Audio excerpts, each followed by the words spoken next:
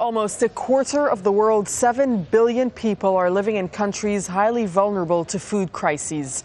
That's according to leading charity ActionAid. It looked at 28 countries and picked out the ones least able to cope with climate change, depleting natural resources and high food prices. Pakistan is considered the most vulnerable and the least prepared country. And one surprisingly omission is Somalia. ActionAid says it is extremely concerned about Somalia, but cannot get up-to-date data.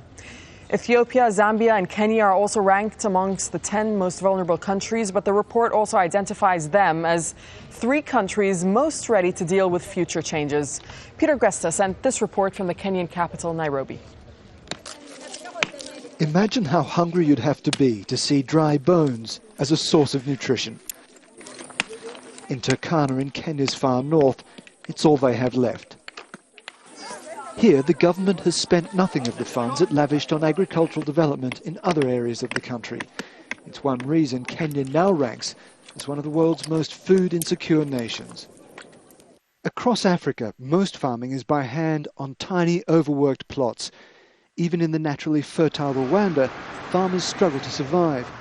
Now, a joint report from the UN's 3 big food and agriculture agencies argues that volatile global food prices has made crucial investments all but impossible. It is, says the FAO, a modern problem. From 2007 onwards, we start to see an incredible fluctuation and volatility of market price, which really push the poorest to the edge and often really put the most vulnerable people in higher difficulties and create a lot of instability in the area. In Nairobi's cereals market, traders complain that when prices are low, farmers can't afford to invest in the land, leading to shortages. That drives prices up, so demand collapses, dragging prices with it. That bouncing ball effect is incredibly damaging. Recently, the Kenyan government introduced price control legislation. It said that was to protect the poorest from those international price fluctuations. But the report warns that that kind of action only makes things far worse. That's because although price controls protect consumers from outside influences like rising fuel costs, it makes it harder for farmers to cope with internal shocks like drought.